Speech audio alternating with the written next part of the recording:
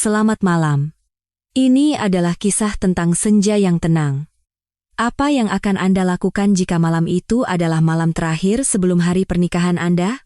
Bagaimana jika di malam yang seharusnya menjadi malam paling suci dan membahagiakan dalam hidup Anda menyaksikan dengan mata kepala sendiri calon suami Anda sedang bercinta dengan wanita lain? Dan yang lebih mengerikan, wanita itu adalah ibu tiri Anda yang usianya hanya 5 tahun lebih tua dari Anda. Saat seluruh dunia runtuh dan jantung Anda hancur berkeping-keping, akal sehat Anda berteriak. Segera masuk dan robek topeng kedua manusia munafik yang menjijikkan itu. Tetapi tepat di saat itu, ayah saya, orang yang memiliki kekuasaan terbesar di dunia saya, muncul, memegang lengan saya, dan membisikkan kata-kata sedingin es. Biarkan sandiwara mereka berjalan sampai akhir. Besok, di pesta pernikahan, aku akan menyuguhkan pertunjukan yang sangat menarik. Ya, ini bukan mimpi buruk, ini adalah kenyataan kejam yang benar-benar terjadi dalam hidup saya. Karena kejadian ini, saya harus berubah dari seorang calon pengantin wanita menjadi pemeran utama dalam sebuah drama balas dendam yang disutradarai oleh ayah saya sendiri. Untuk memahami betapa mengerikannya penderitaan ini, saya harus menceritakan terlebih dahulu tentang dunia sempurna yang saya tinggali sebelum malam yang menentukan itu. Nama saya Amelia Putri, usia 28 tahun. Saya adalah putri tunggal dari Wijoyo Suryo, pimpinan Suryo Group, salah satu konglomerat properti terbesar di Indonesia. Meskipun saya tumbuh dengan segala kemewahan, saya bukanlah putri konglomerat yang hanya tahu bersenang-senang. Saya belajar marketing di luar negeri dan lulus dengan predikat terbaik. Lalu tanpa mengandalkan nama besar ayah saya berhasil meraih posisi manajer tim marketing termuda di sebuah perusahaan mode ternama dengan usaha saya sendiri. Hidup saya seolah-olah adalah jalan tol yang dipenuhi mawar yang mekar, dan bunga yang paling indah di jalan itu adalah tunangan saya, Bima Aditya. Selama 3 tahun, kami menjalani kisah cinta seperti dalam dongeng yang membuat semua orang iri. Bima 2 tahun lebih tua dari saya, dan dia adalah seorang CEO yang kompeten di Tekno Inovasi, sebuah perusahaan teknologi rintisan yang berkembang pesat. Dia memiliki semua kriteria pria idaman, penampilan gagah, kemampuan luar biasa, dan hati yang hangat. Terutama, dia mencintai saya tanpa syarat.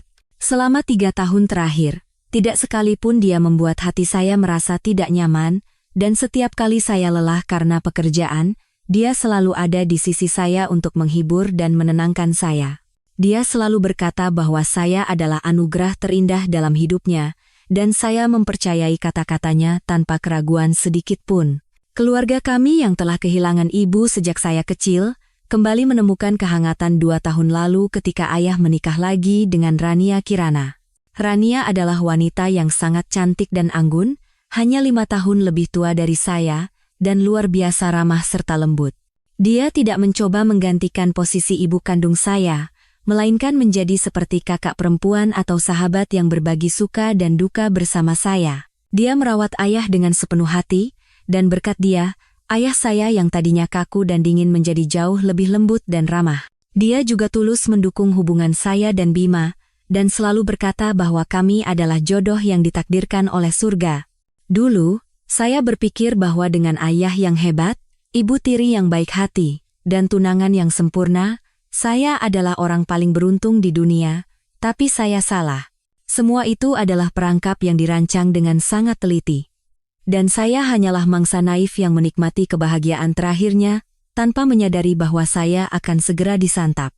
Hari itu, saya berbohong kepada keluarga, mengatakan bahwa saya ada perjalanan dinas mendadak keluar kota dan akan pulang sangat larut, tapi sebenarnya, saya pulang kerja lebih awal.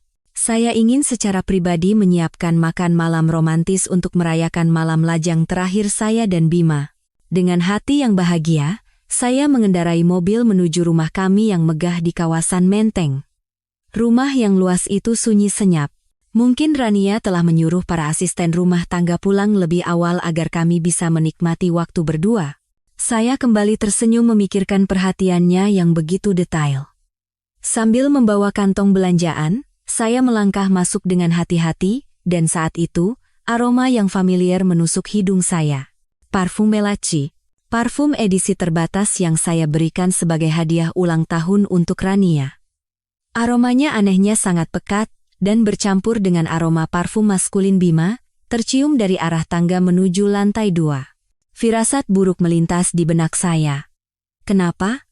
Kenapa aroma kedua orang ini bercampur di depan kamar tidur ayah? Jantung saya mulai berdebar kencang. Perlahan, saya meletakkan kantong belanjaan dan menaiki tangga dengan berjinjit agar tidak menimbulkan suara. Setiap langkah yang saya naiki, rasanya seperti ada yang meremas jantung saya dengan kuat. Pintu kamar tidur ayah, yang selalu saya lewati dengan penuh hormat, sedikit terbuka. Dan dari dalam, suara-suara lirih dan tidak menyenangkan mulai terdengar. Suara napas yang terengah-engah, erangan yang seolah ditahan. Seluruh tubuh saya membeku. Ayah bilang ada rapat di kantor sampai larut malam. Lalu, siapa yang ada di dalam sana? Akal sehat saya berteriak untuk segera berbalik, tetapi kaki saya tidak mau menurut.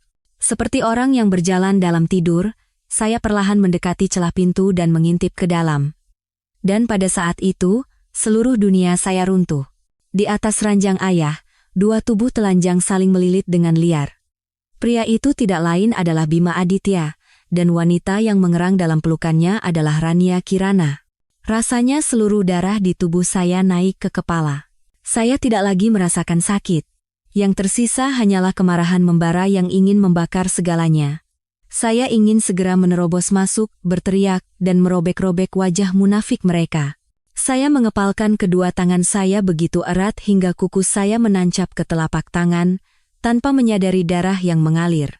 Saya mengambil napas dalam-dalam, mengumpulkan segenap kekuatan untuk mendobrak pintu dan memberikan pelajaran yang tidak akan pernah mereka lupakan seumur hidup. Tetapi, saat saya baru saja akan mengangkat kaki, sebuah tangan yang dingin dan kokoh tiba-tiba menekan bahu saya, menghentikan saya, dan di telinga saya, sebuah suara rendah yang familiar bergema. Suara itu membuat saya membeku di tempat.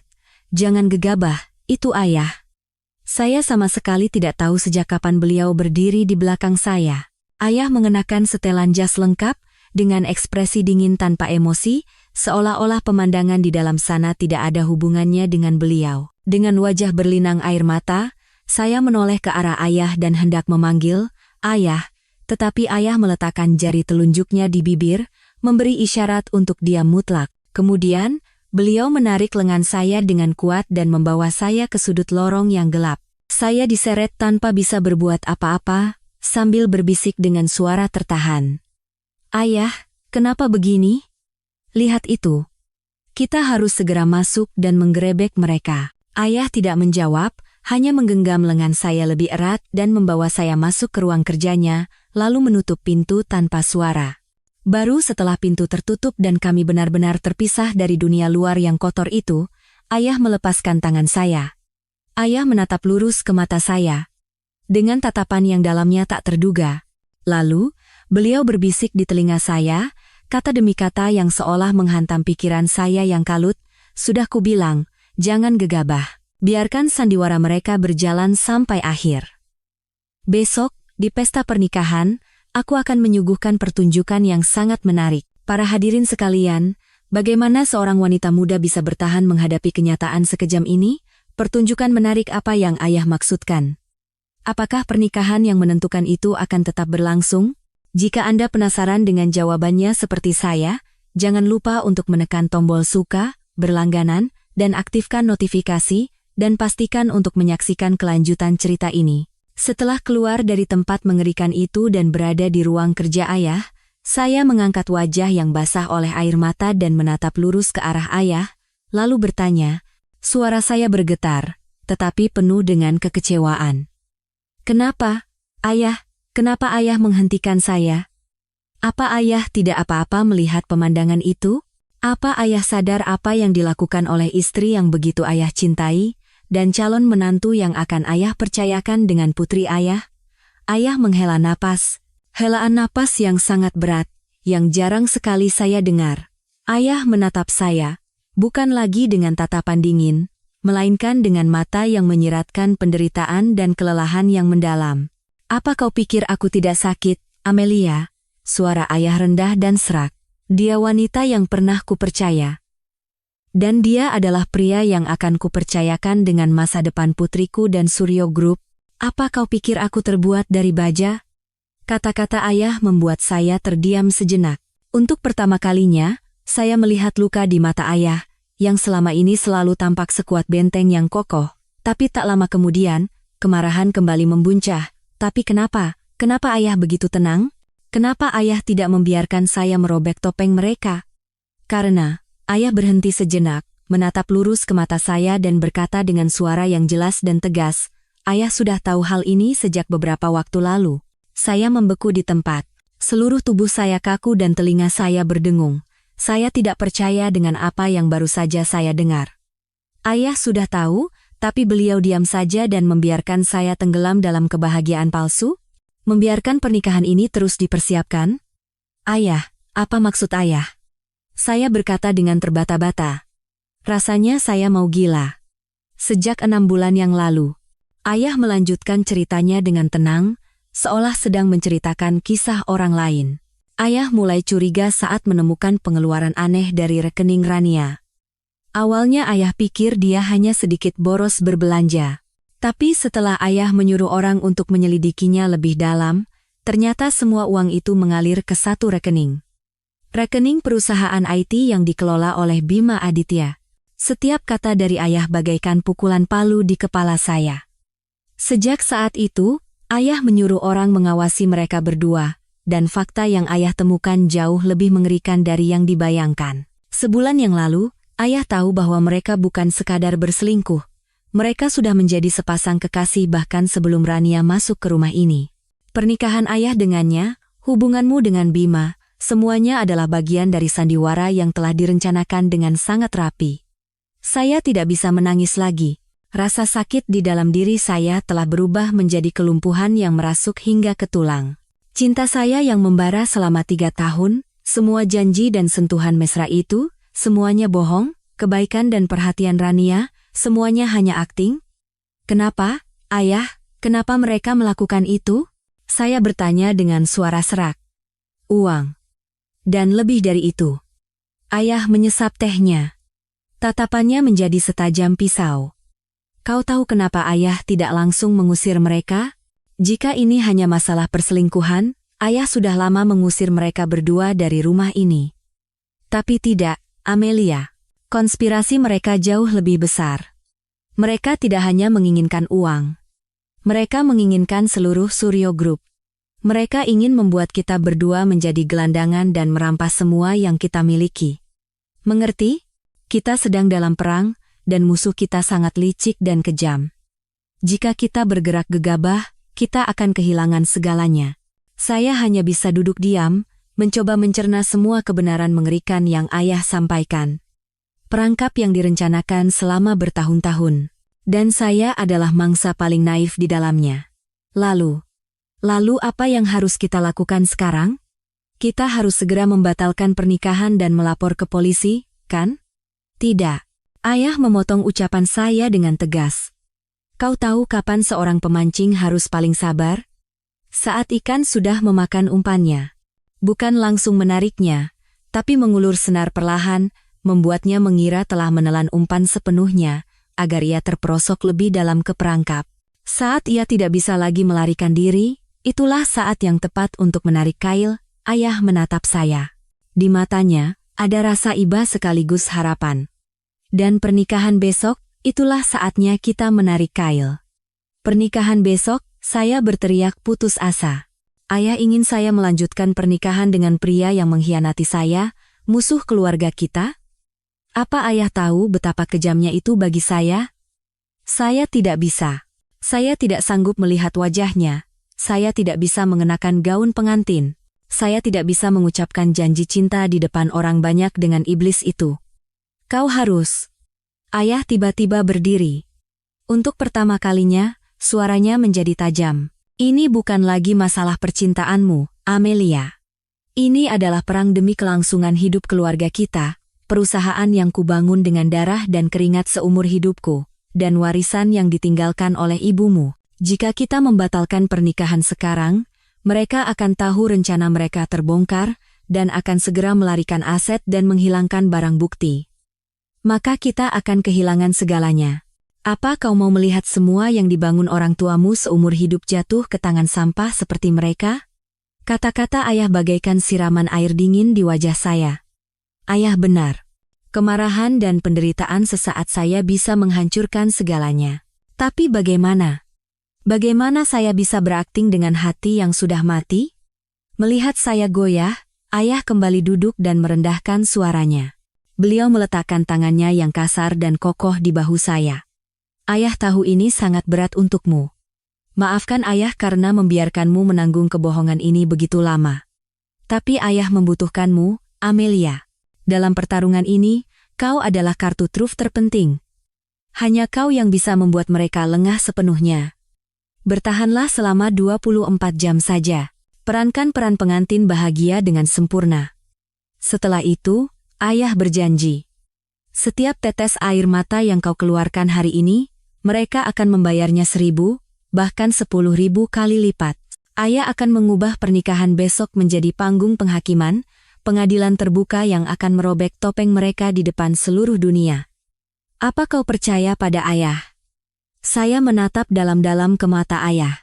Bukan lagi rasa sakit, melainkan tekad yang kuat terpancar dari sana. Saya tahu. Rubah tua di dunia bisnis akhirnya terbangun dari tidurnya. Ayah bukan lagi ayah yang dingin dan acuh tak acuh. Beliau adalah seorang jenderal yang bersiap untuk pertempuran terakhir. Dan dalam pertempuran ini, saya tidak boleh menunjukkan kelemahan. Demi ayah, demi ibu, dan demi diri saya sendiri, saya harus menjadi kuat. Perlahan, saya mengangguk, menyeka air mata terakhir saya. Saya akan melakukannya. Malam itu adalah malam terpanjang dalam hidup saya. Saya berbaring di tempat tidur, menatap langit-langit yang gelap, tanpa bisa memejamkan mata. Suara-suara kotor itu masih terngiang di telinga, dan rasa jijik yang tak berkesudahan memenuhi hati saya. Harus berakting dengan sempurna. Besok, saya akan menjadi pengantin paling cantik sekaligus paling malang di dunia. Besok, di tempat di mana cinta saya pernah bersemi paling indah, saya akan mengubur cinta itu dengan tangan saya sendiri. Cahaya matahari pagi menembus jendela. Seharusnya, ini adalah pagi terindah dan paling cemerlang dalam hidup seorang wanita.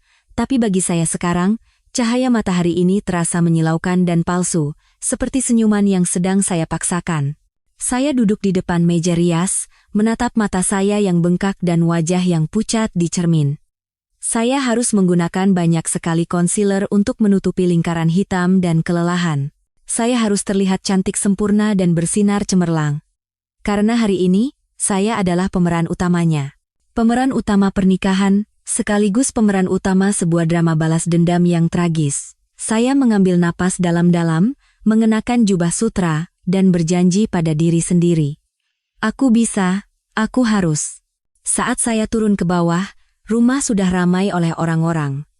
Tim dekorasi dan catering sudah datang sejak pagi untuk mempersiapkan acara yang akan dilangsungkan sore nanti. Di tengah kesibukan itu, Rania Kirana dan Bima Aditya sedang duduk di meja makan, menikmati sarapan mereka. Mereka terlihat begitu bahagia, seperti pasangan yang serasi.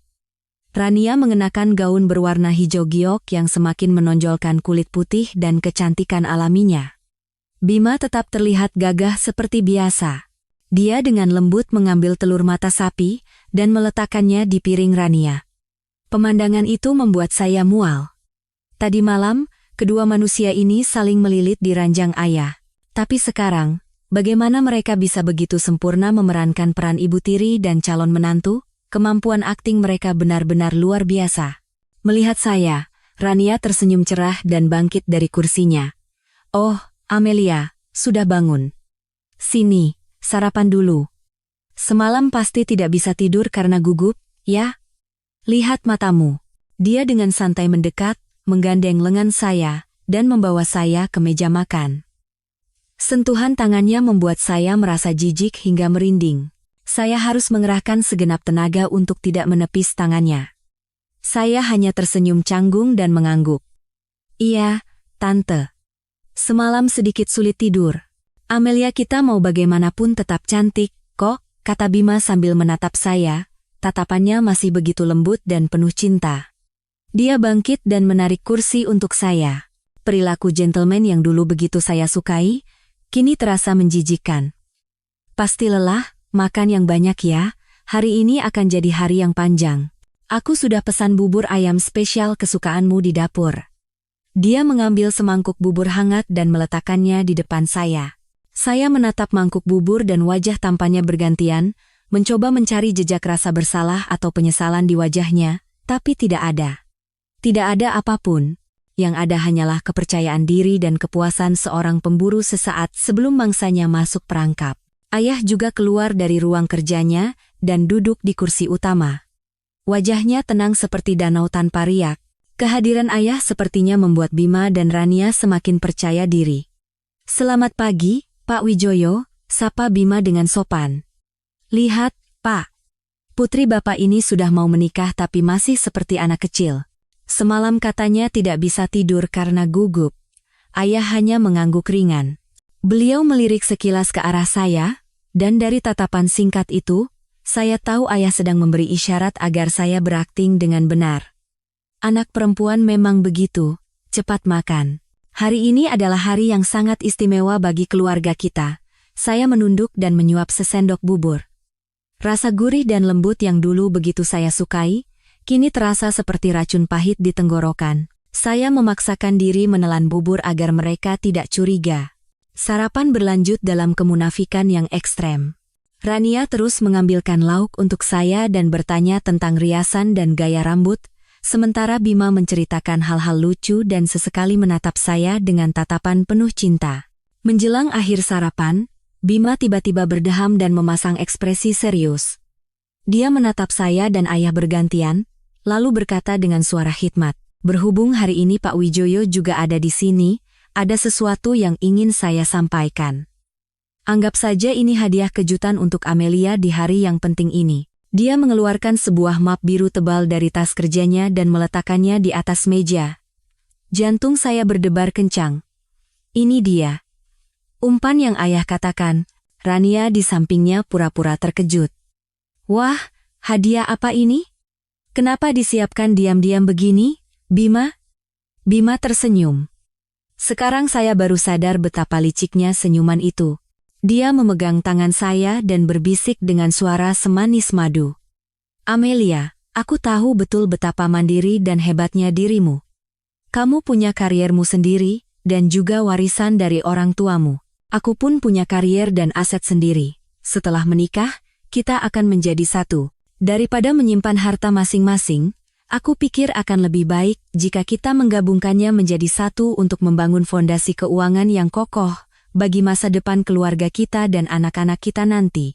Dia mendorong map itu ke arah saya. "Ini adalah draft perjanjian perwalian harta pranikah. Aku memintanya dibuat oleh pengacara terbaik.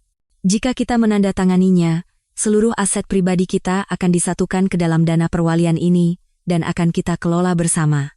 Aku ingin kita menandatangani perjanjian ini bersama-sama di hadapan semua tamu undangan sore nanti.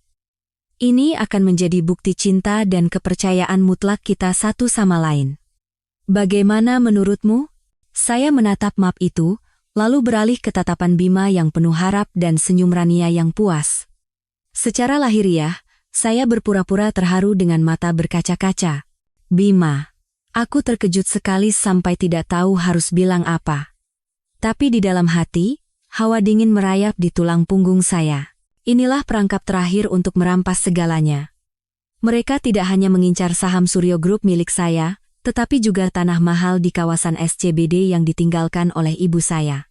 Mereka bermaksud membuat saya miskin secara legal." "Ide yang bagus, Bima," tiba-tiba ayah angkat bicara. Suaranya datar tetapi penuh makna. "Anak muda zaman sekarang benar-benar mempersiapkan masa depan dengan matang. Amelia, lihatlah betapa dalamnya Bima memikirkanmu." Kata-kata ayah memiliki dua makna. Pujian untuk Bima, sekaligus konfirmasi untuk saya bahwa semuanya berjalan sesuai rencana. Saya mengambil napas dan mengambil map itu.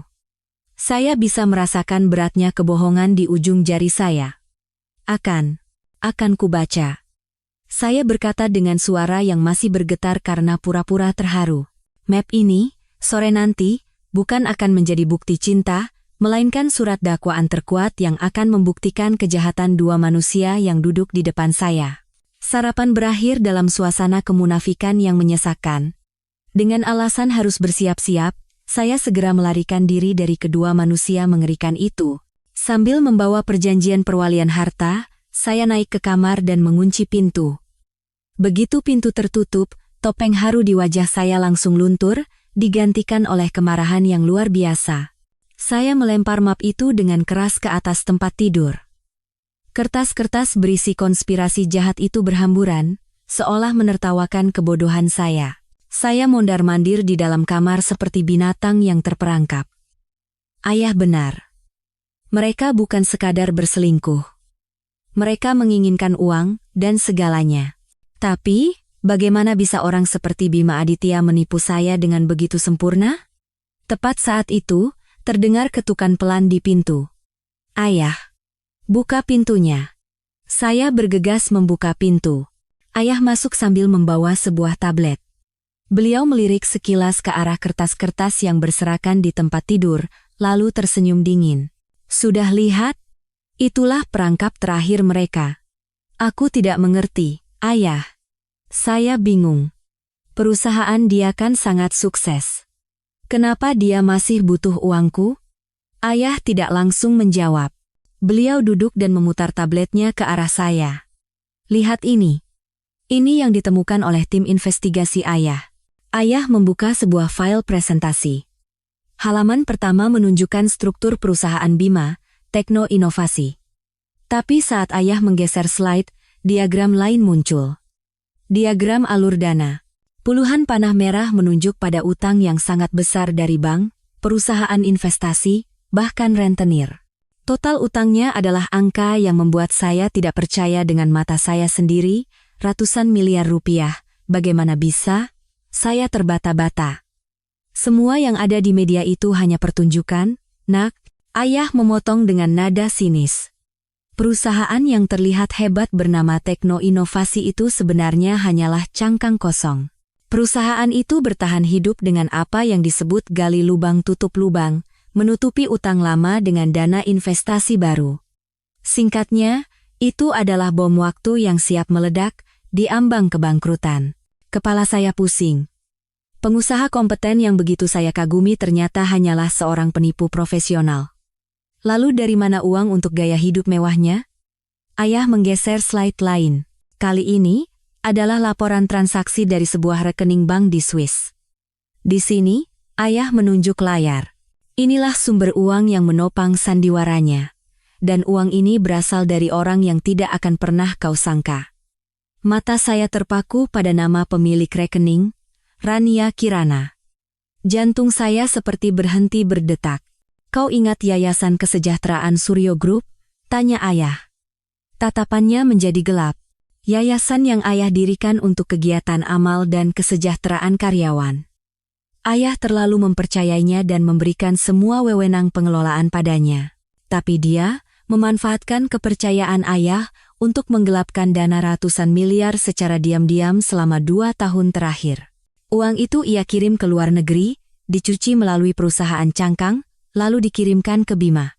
Semua biaya untuk sandiwaranya sebagai pengusaha sukses, untuk mendekatimu dan menipumu, semuanya berasal dari darah dan keringat grup kita.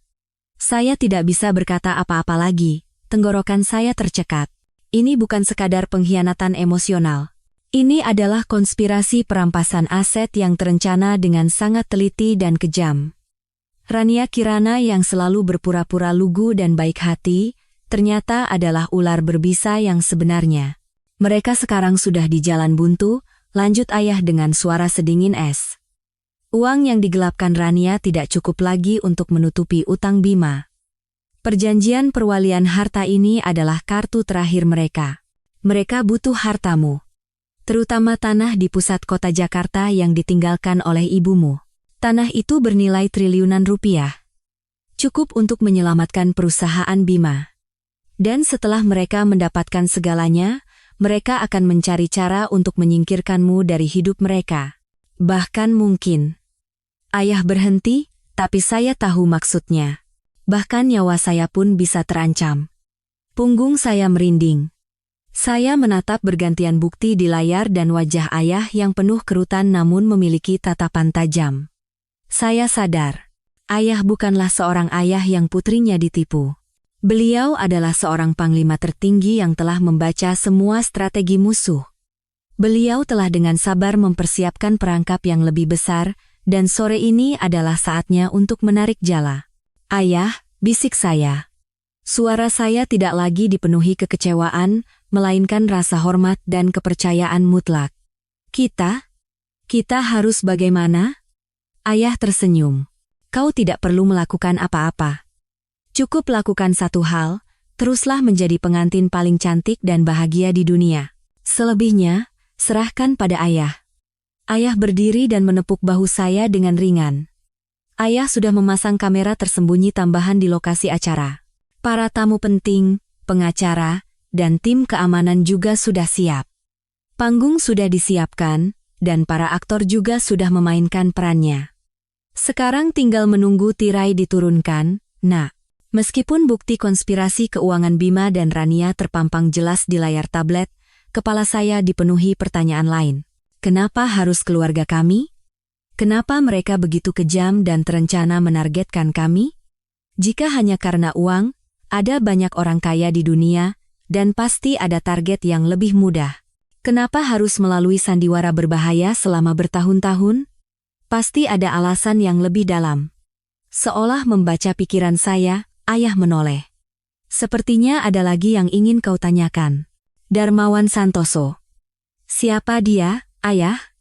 Saya bertanya langsung. Saya dengar ayah menyebut nama itu saat menelepon tentang Bima.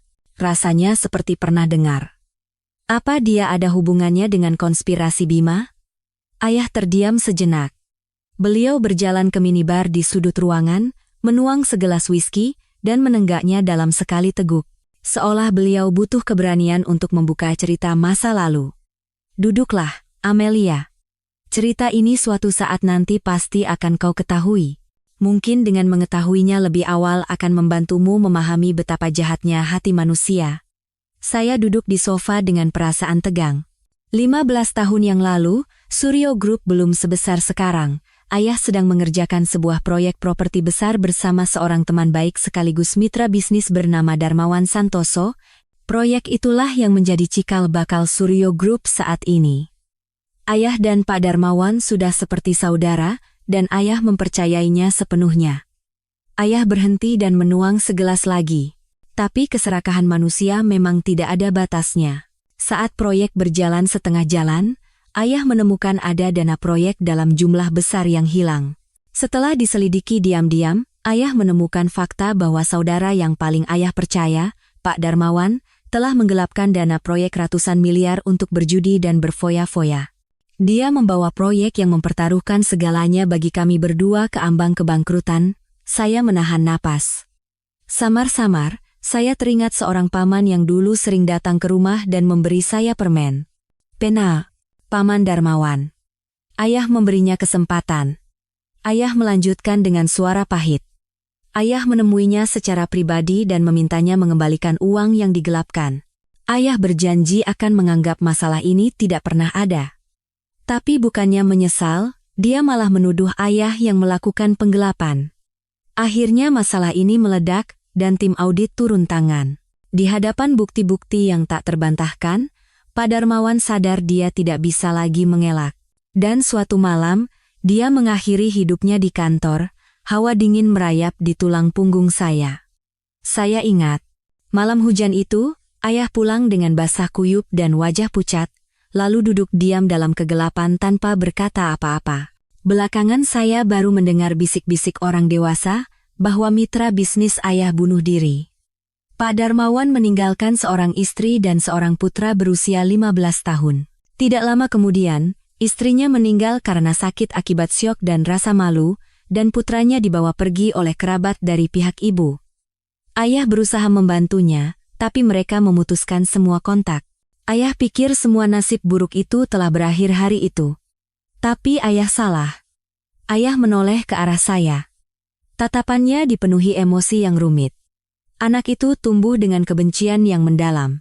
Dia tidak percaya ayahnya adalah seorang penggelap. Dia selalu berpikir ayah yang menjebak ayahnya dan mendorongnya ke kematian untuk menguasai proyek.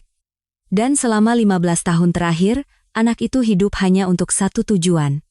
Balas dendam. Kepala saya serasa mau pecah. Semua kepingan puzzle yang berserakan kini menyatu dengan sempurna dan mengerikan. Tidak. Jangan-jangan. Bisik saya, tidak percaya dengan dugaan saya sendiri. Ya. Ayah mengangguk, seolah mengkonfirmasi pikiran mengerikan saya. Bima Aditya. Nama aslinya adalah Bima Santoso.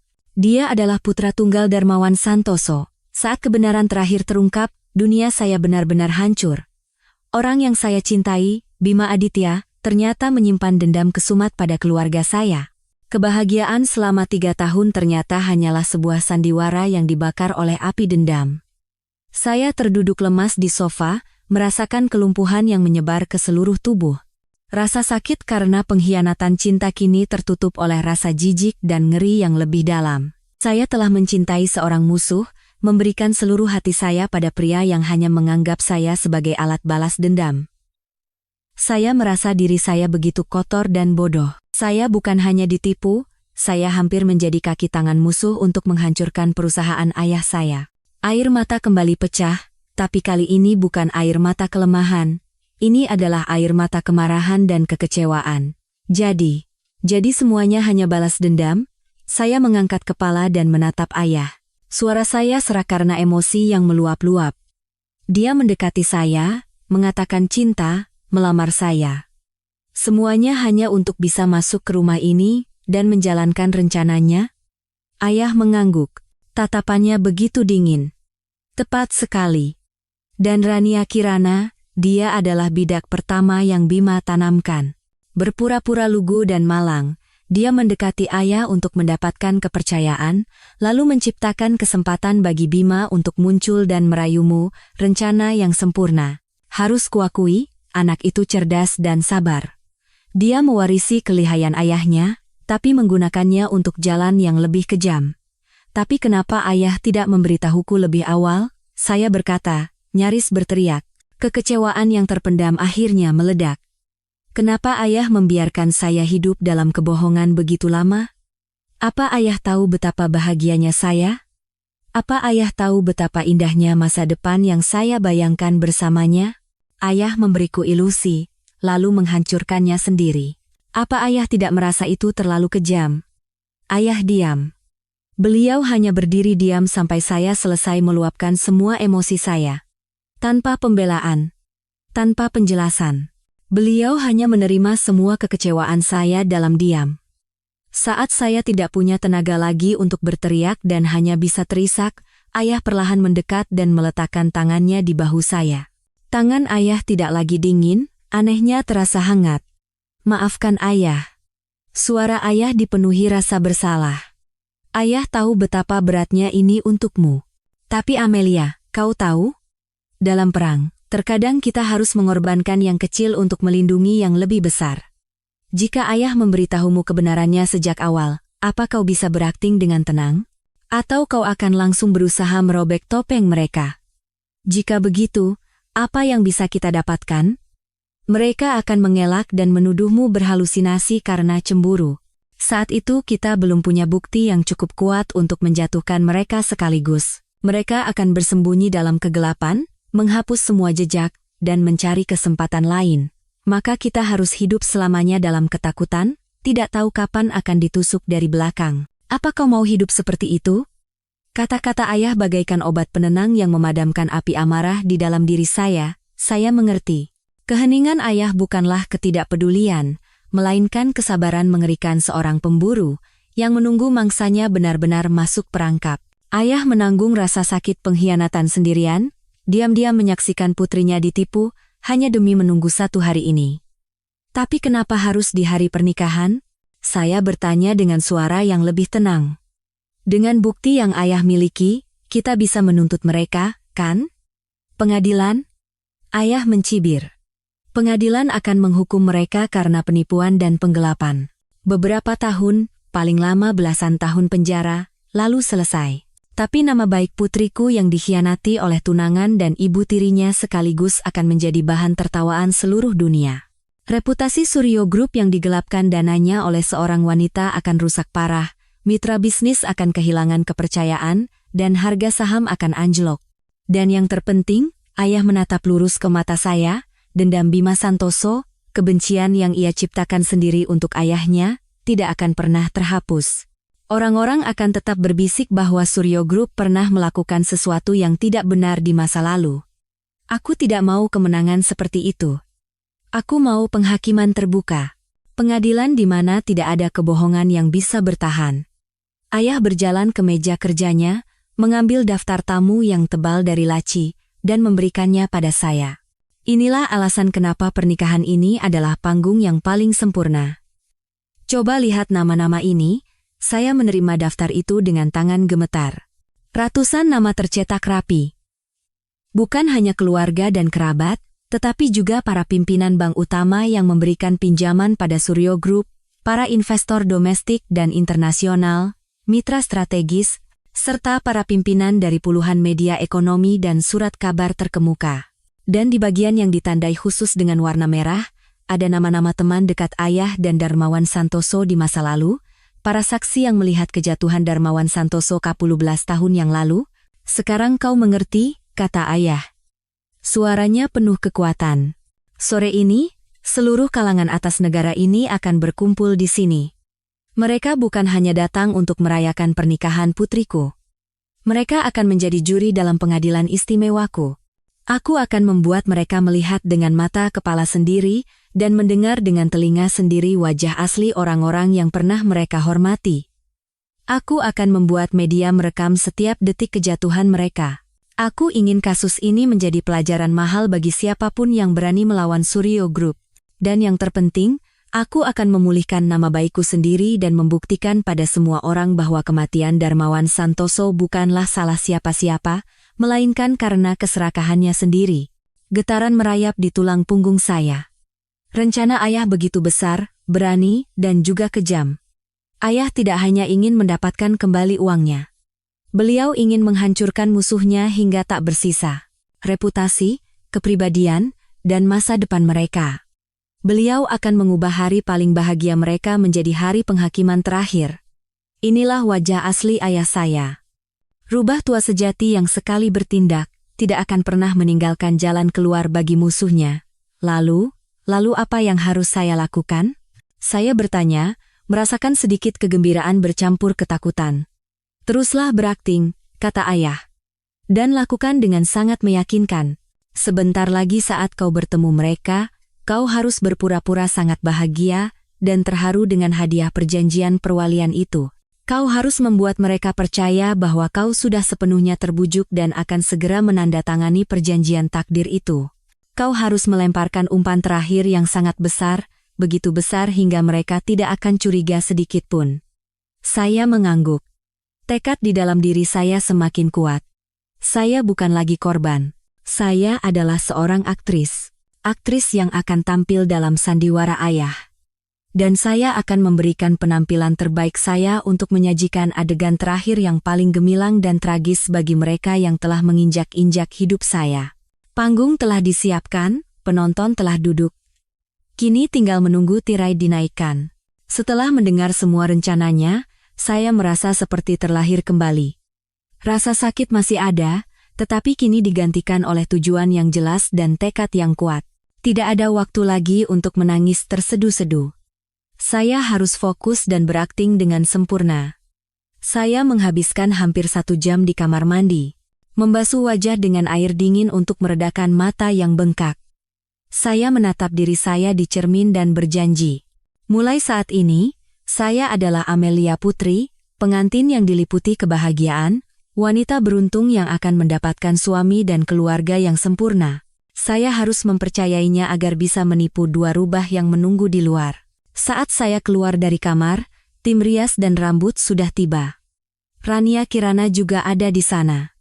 Dia dengan cermat memberikan arahan, mulai dari warna lipstik hingga gaya rambut. Dia terlihat lebih sibuk mempersiapkan pernikahan ini daripada saya sendiri. Amelia, sudah keluar. Sini, duduk. Tante sudah panggilkan penata rias terbaik di kota ini. Hari ini kamu harus jadi pengantin tercantik di dunia. Dia menarik tangan saya dan mendudukkan saya di depan meja rias. Perhatian palsunya membuat saya mual. Saya memasang senyum yang sudah saya latih berkali-kali di depan cermin. Terima kasih, Tante. Rasanya tenang sekali ada Tante yang mengurus semuanya. Dasar kamu ini, kalau Tante tidak mengurusmu, siapa lagi? Rania mencubit pipi saya dengan lembut. Perilaku yang dulu terasa akrab, kini begitu menjijikkan. Oh ya, sudah lihat perjanjian dari Bima? Bagaimana hadiahnya? Dia bertanya seolah-olah sambil lalu, tapi saya tahu inilah tujuan utamanya. Saya berpura-pura malu, membuat kedua pipi saya merona. Sudah, Tante. Bima benar-benar membuatku terharu. Aku tidak menyangka dia memikirkan masa depan kita sedalam itu. Aku bahagia sekali. Kilatan kebahagiaan yang tak bisa disembunyikan melintas di mata Rania, tapi dia segera menutupinya dengan senyum lembut. Bima itu benar-benar tulus mencintaimu. Ya sudah, sekarang rias dulu ya. Tante mau ke bawah, lihat-lihat persiapan. Dia berkata begitu dan bergegas keluar. Saya yakin dia pergi untuk menyampaikan kabar gembira pada komplotannya bahwa ikan sudah memakan umpan. Menjelang makan siang, saat saya sedang mencoba gaun pengantin untuk terakhir kalinya, ayah masuk ke kamar. Di belakang ayah, ada Bima. Dia juga mengenakan tuxedo putih, terlihat sangat gagah dan menawan. Sebagian hati saya terasa sakit. Seandainya semua ini hanya mimpi buruk. Seandainya pria di hadapan saya ini tulus mencintai saya, alangkah indahnya. Wah, putri ayah hari ini cantik sekali, kata ayah memecah keheningan. Akting ayah juga sempurna. Bima, bagaimana? Cantik kan calon istrimu? Bima mendekat dan menatap saya dengan tatapan terpesona. Dia meraih tangan saya dan mengecupnya dengan ringan. Calon istriku selalu yang tercantik di dunia. Tangannya hangat, tetapi bagi saya terasa sedingin es. Saya berusaha keras untuk tidak menarik tangan saya. Saya menatap ayah dan memulai peran saya. Aku sudah memikirkan hadiah dari Bima. Idenya bagus sekali. Aku setuju dengan perjanjian perwalian harta itu. Bima dan ayah menatap saya. Satu dengan tatapan gembira yang tak bisa disembunyikan, yang lain dengan tatapan penuh semangat. Saya berhenti sejenak, lalu berkata, "Tapi, ada satu syarat kecil." Alis Bima sedikit mengernyit, lalu kembali rileks. "Katakan saja. Apapun yang kau mau, akan aku kabulkan." Saya menatap lurus ke matanya. Berusaha terlihat selugu dan setulus mungkin. Aset terbesarku adalah saham di Suryo Group dan tanah peninggalan ibu, tapi selama ini, semuanya dikelola oleh ayah atas namaku. Seperti Bima yang percaya padaku dan mau menggabungkan hartanya, aku juga mau membuktikan kepercayaanku. Aku ingin, setelah kita menandatangani perjanjian di acara pernikahan, ayah mengumumkan di hadapan semua tamu bahwa beliau akan menyerahkan semua aset itu ke dalam dana bersama kita. Aku ingin menunjukkan pada semua orang bahwa kita benar-benar menjadi satu, tanpa ada perhitungan apapun. Boleh? Usulan saya bagaikan bom yang dahsyat. Saya bisa melihat dengan jelas bagaimana keterkejutan dan kemudian kegembiraan yang luar biasa terpancar dari mata Bima. Dia pasti tidak pernah membayangkan umpan yang dia lempar akan menangkap ikan sebesar ini. Dia mungkin berpikir butuh waktu lama setelah menikah untuk membujuk saya menyerahkan aset sedikit demi sedikit, tapi sekarang saya sendiri yang menawarkannya secara terbuka. Umpan ini begitu besar dan menarik, hingga benar-benar meruntuhkan semua kewaspadaannya. Dia menatap ayah. Tatapannya seolah bertanya sekaligus menantang, "Sampai di sini, Anda tidak mungkin menolak, kan?" Dan ayah, si rubah tua sejati, tidak mengecewakan saya. Beliau berpura-pura berpikir lama, lalu menghela napas panjang. Ekspresinya menunjukkan kekecewaan sekaligus kemurahan hati seorang ayah yang akan melepas putrinya. Anak perempuan yang sudah dibesarkan memang tidak ada gunanya. Baiklah. Ayah menatap saya dan Bima bergantian. Jika kalian berdua bahagia, ayah setuju.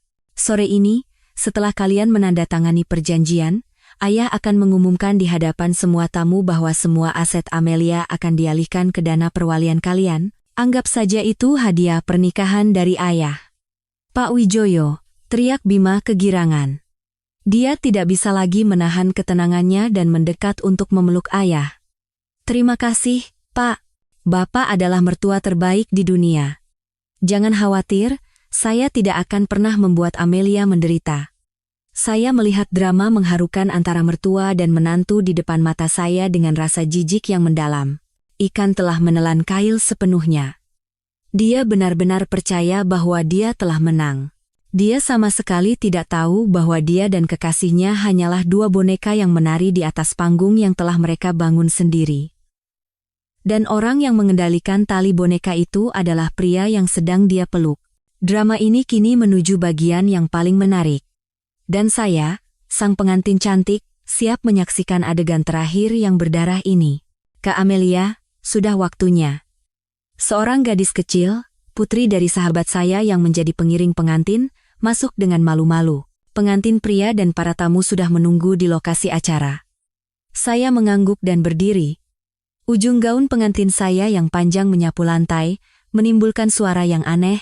Saya mengambil napas dalam-dalam untuk terakhir kalinya, lalu memasang senyum paling bahagia dan cemerlang. Inilah saatnya. Saatnya naik ke panggung, berhadapan dengan musuh, dan menyelesaikan akting terakhir saya. Saat saya keluar dari kamar, ayah sudah menunggu di luar. Ayah juga mengenakan tuxedo formal, terlihat sangat berwibawa dan gagah. Beliau menatap saya. Sekilas, ada rasa kasihan di matanya, tapi kemudian berubah menjadi tekad yang kuat. Tanpa berkata apa-apa, ayah mengulurkan lengannya. Saya mengerti maksud ayah dan mengaitkan lengan saya di lengannya. Saya bisa merasakan kekuatan dan kehangatan yang kokoh di balik kain jasnya. Sudah siap? Tanya ayah dengan suara pelan, hanya terdengar oleh kami berdua. Sudah siap, ayah. Saya menjawab dengan suara pelan juga, tetapi tanpa getaran. Siap menonton pertunjukan ayah. Ayah tersenyum tipis. Kami berjalan bersama menyusuri lorong panjang menuju taman tempat acara dilangsungkan. Musik pernikahan mulai mengalun megah, semua tamu berdiri dan menatap ke arah kami. Tepuk tangan dan seruan kagum terdengar tiada henti. Di bawah lengkungan yang terbuat dari ribuan mawar putih, saya melihat Bima berdiri. Matanya berbinar menatap saya. Tatapan itu dipenuhi cinta, hasrat memiliki, dan rasa kemenangan. Dia percaya, hanya dalam beberapa menit lagi, mangsa paling lezat ini akan menjadi miliknya sepenuhnya. Dia sama sekali tidak tahu bahwa tatapan itu adalah tatapan seekor ngengat yang terbang menuju api. Saya menatap lurus ke matanya dan berkata dalam hati, pertunjukan sesungguhnya akan segera dimulai. Bima Santoso, ayah menuntun saya perlahan menyusuri jalan yang ditaburi kelopak mawar putih. Langkah saya ringan dan anggun, dan ujung gaun pengantin saya mengembang seperti awan di belakang saya. Saya bisa merasakan ratusan pasang mata tertuju pada saya, tatapan kagum, iri, dan doa restu. Saya mengangkat kepala tinggi-tinggi dan tersenyum dengan senyuman yang bisa meluluhkan hati siapapun. Saya adalah seorang pengantin yang berjalan menuju kebahagiaan hidupnya, penampilan yang sempurna tanpa celah. Tidak ada yang melihat badai yang bergejolak di dalam hati saya. Tidak ada yang melihat kekejaman yang tersembunyi di balik senyum saya. Saat kami tiba di depan altar, ayah berhenti. Beliau menatap saya sekali, lalu menatap Bima yang menunggu dengan senyum paling cerah. Sesuai urutan acara, ayah harus menyerahkan tangan saya kepada pengantin pria. Ayah meraih tangan saya dan meletakkannya di atas telapak tangan Bima. Bima, suara ayah yang rendah dan hangat menggema melalui mikrofon. Hari ini, ayah serahkan putri ayah yang paling berharga kepadamu. Gantikan ayah, cintai dan jaga dia seumur hidupmu. Saya berjanji, Pak. Saya akan melindungi dan membahagiakan Amelia dengan segenap jiwa raga saya, jawab Bima dengan suara yang tulus dan tegas. Dia menggenggam tangan saya dengan lembut, sebuah gestur yang menyiratkan kemenangan. Saya hanya bisa tersenyum patuh dan penuh percaya. Sandiwara ini benar-benar terlalu sempurna. Kami berbalik menghadap penghulu dan para tamu. Penghulu, yang merupakan teman lama keluarga, memulai kata-kata sambutan yang mengharukan tentang cinta dan persatuan. Setiap kata yang diucapkannya terdengar seperti cemoohan pahit bagi saya. Saya merasakan kekosongan yang tak berujung di hati saya saat mendengar kata-kata indah tentang kesetiaan dan kepercayaan. Saya melirik ke barisan depan. Rania Kirana duduk di antara kerabat terdekat. Dia mengenakan kebaya yang mewah, dengan wajah yang dirias tipis, dan sesekali mengangkat sapu tangan untuk menyeka sudut matanya. Gambaran seorang ibu yang terharu di hari pernikahan putrinya. Iblis berkedok malaikat. Saya bertanya-tanya, bagaimana seseorang bisa memiliki begitu banyak wajah? Mempelai pria, Bima Aditya, apakah Anda bersedia menerima Amelia Putri sebagai istri Anda, dalam suka maupun duka, sehat maupun sakit, kaya maupun miskin, hingga maut memisahkan, dan berjanji untuk setia hanya padanya? Ya, saya bersedia. Suara Bima terdengar jelas dan penuh emosi. Dia menoleh ke arah saya dan memberikan tatapan yang akan membuat siapapun percaya itu adalah kebenaran. Penghulu beralih ke arah saya. Mempelai wanita, Amelia Putri, apakah Anda bersedia menerima Bima Aditya sebagai suami Anda, dalam suka maupun duka, sehat maupun sakit, kaya maupun miskin, hingga maut memisahkan, dan berjanji untuk setia hanya padanya? Seluruh ruangan menjadi hening, menunggu jawaban saya. Inilah saatnya. Saat di mana saya harus mengucapkan kebohongan terbesar dalam hidup saya. Saya menatap lurus ke mata Bima, berusaha keras agar suara saya tidak bergetar dan senyum di bibir saya tidak hilang. Ya, saya bersedia. Tepuk tangan meriah membahana. Semua orang bersorak gembira dan memberi selamat. Hanya saya dan ayah yang tahu bahwa sumpah ini bukanlah awal dari sebuah pernikahan, melainkan sinyal dari sebuah akhir. Sekarang, kedua mempelai akan saling bertukar cincin. Bima menerima cincin kawin dari tangan pengiring pengantin kecil. Cincin berlian yang berkilauan. Dia dengan lembut meraih tangan kiri saya dan perlahan memasangkan cincin di jari manis saya. Dengan cincin ini, aku bersumpah untuk menjadi milikmu selamanya, bisiknya dengan suara yang manis dan memesona. Giliran saya. Saya juga mengambil cincin pria dan memasangkannya di jarinya. Tangannya begitu indah, tetapi itu adalah tangan iblis. Dengan cincin ini, aku juga bersumpah, saya berhenti sejenak, lalu melanjutkan, Dop akan memberimu semua yang pantas kau dapatkan. Setelah pertukaran cincin, penghulu mengumumkan. Dan sekarang, akan ada momen yang sangat istimewa. Mempelai pria telah menyiapkan hadiah kejutan untuk mempelai wanita. Sebuah simbol cinta dan kepercayaan abadi mereka. Inilah dia. Bagian terpenting dari sandiwara ini dimulai. Bima memberi isyarat, dan seorang asisten berjas rapi naik ke panggung sambil membawa pulpen mewah dan perjanjian perwalian harta di atas nampan perak. Bima mengambil mikrofon dan berkata dengan suara bangga dan lantang, "Para tamu undangan, Pak Wijoyo, dan istriku tercinta, Amelia. Hari ini, selain mempersunting Amelia, saya ingin melakukan sesuatu yang lebih bermakna, yaitu menghapus semua batasan harta di antara kita. Perjanjian ini adalah ketulusan dan kepercayaan mutlak saya untuk Amelia. Saat kita menandatanganinya bersama, kita tidak hanya menjadi pasangan yang tak terpisahkan secara emosional, tetapi juga dalam segala hal. Siapkah kau membangun masa depan yang kokoh bersamaku?" Dia mengulurkan pulpen ke arah saya. Semua tamu menahan napas, dan semua blitz serta lensa kamera tertuju pada kami. Rania yang duduk di bawah, mengepalkan kedua tangannya dan matanya berbinar penuh harap. Ayah berdiri di salah satu sudut panggung. Wajahnya masih tenang, tapi saya tahu di dalam hatinya, beliau sama tegangnya dengan saya. Saya tersenyum. Senyum paling cerah sepanjang acara hari ini, saya mengulurkan tangan dan mengambil pulpen dari tangannya. Pulpen emas itu berkilau dingin. Saya menatapnya sekali, lalu menatap perjanjian di mana dua garis kosong menunggu tanda tangan kami. "Ya, aku siap." Suara saya terdengar jernih dan tegas. Hanya tersisa jarak yang sangat kecil sebelum ujung pulpen dingin saya menyentuh kertas putih. Saya bisa merasakan napas Bima yang terengah-engah penuh harap di samping saya. Dari sudut mata, saya melihat senyum puas merekah di wajah Rania yang duduk di barisan depan. Seluruh ruangan hening seolah menahan napas, dan ratusan pasang mata terpaku pada setiap gerakan saya. Mereka menunggu momen bersejarah di mana saya akan secara resmi menandatangani dan menyerahkan seluruh aset serta masa depan saya ke tangan musuh. Mereka menang, setidaknya, dalam pikiran mereka. Diam-diam, saya sedikit menaikkan sudut bibir saya. Sekaranglah saatnya. Tunggu. Saat itu, sebuah suara rendah dan berwibawa tiba-tiba bergema, memecah keheningan yang tegang. Suara itu begitu familiar hingga jantung saya mencelos, namun di saat yang sama, memberikan rasa aman yang aneh. Semua tamu serentak menoleh ke arah sumber suara. Ayah saya, Wijoyo Suryo, berjalan perlahan dari belakang panggung ke tengah.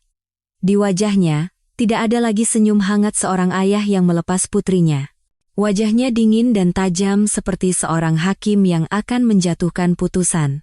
Ayah berjalan dengan langkah mantap. Setiap langkahnya memancarkan kekuatan yang seolah membekukan udara di sekitarnya. Bima dan Rania membeku total, senyum di bibir mereka membeku di tempat. Pak Wijoyo, ada apa?